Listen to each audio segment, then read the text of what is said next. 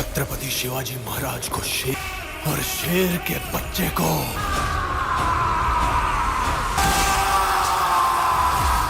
Animal से पिटने के बाद भी नहीं सुधरे विक्की, दोहरा रहे हैं फिर से वही मिस्टेक, जिसके चलते अब पुष्पा को दोष देने का कोई मतलब नहीं, बल्कि ये तो विक्की की ही बेवकूफी है। तो इस साल छावा वर्सेस पुष्पा 2 देखने मिलेगा, जो कि हम नहीं देखना चाहते। पर क्यों?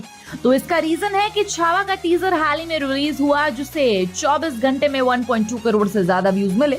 विकी कौशल जो मराठा एम्परर छत्रपति संभाजी महाराज बने हैं, उनकी मेहनत को हर बार की तरह फैंस ने खड़े होकर सलामी दी और उनके मुंह से बस एक ही लाइन निकली और वो थी कि अरे यार ये तो फायर है।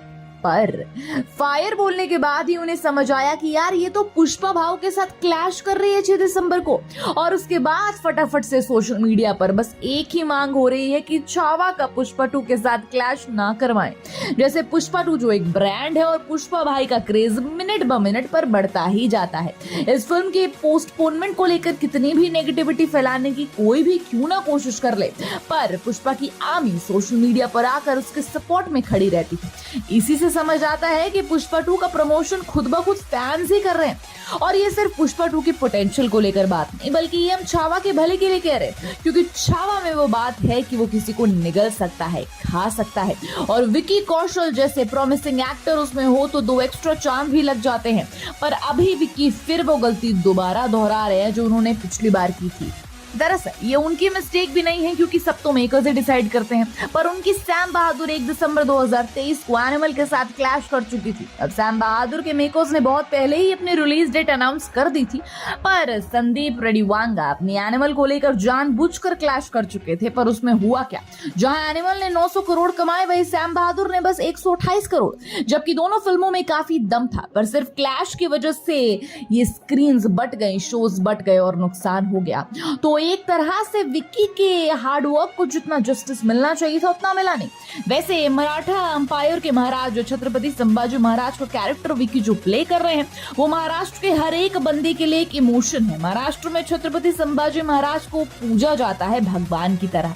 उनके ऊपर कई सारे टीवी शोज और फिल्में भी बनाई गई उन्हें ट्रिब्यूट देने के लिए, जहां प्रोड्यूसर्स डायरेक्टर्स अपना घर वगैरह गिरवी रखकर ऐसे प्रोजेक्ट्स बना चुके हैं।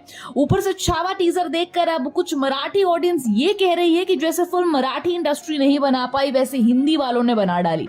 तो महाराष्ट्र के लोग इस फिल्म को अच्छा खासा रिस्पॉन्स देंगे, पर अगर ओवरऑल देखा जाए तो ये पुष्पा 2 के कंपैरिजन को पीछे छोड़ सकती है, क्योंकि पुष्पा 2 के लिए सिर्फ आंध्र प्रदेश, तेलंगाना या साउथ ऑडियंस नहीं, बल्कि हिंदी और विदेशी ऑडियंस भी क्रेजी है। और छावा जैसे एक अच्छे प्रोजेक्ट को वेस्ट ना जाने के लिए छावा के मेकर्स को इस फिल्म को एक तो प्रीपोन करना चाहिए या फिर पोस्टपोन, क्योंकि दिसंबर से पहले अगर ये फिल्म रिलीज होती है तो उसे थोड़ा फायदा हो सकता है।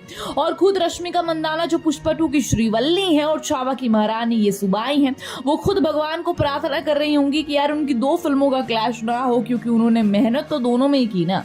दोनों फिल्में उनके लिए उनका बच्चा ही है, ऐसे में एक बच्चा पीछे रह जाए, ऐसा कैसे चलेगा? तो देखते हैं क्या होता है। वैसे ट्रेड एक्सपर्ट्स की उम्मीद है कि कोई ईगो बीच में ना लगाए और छावा और पुष्पा 2 के मेकर्स आपस में बैठकर इस बात पर कोई ना कोई सोल्यूशन जरूर निकालेंगे।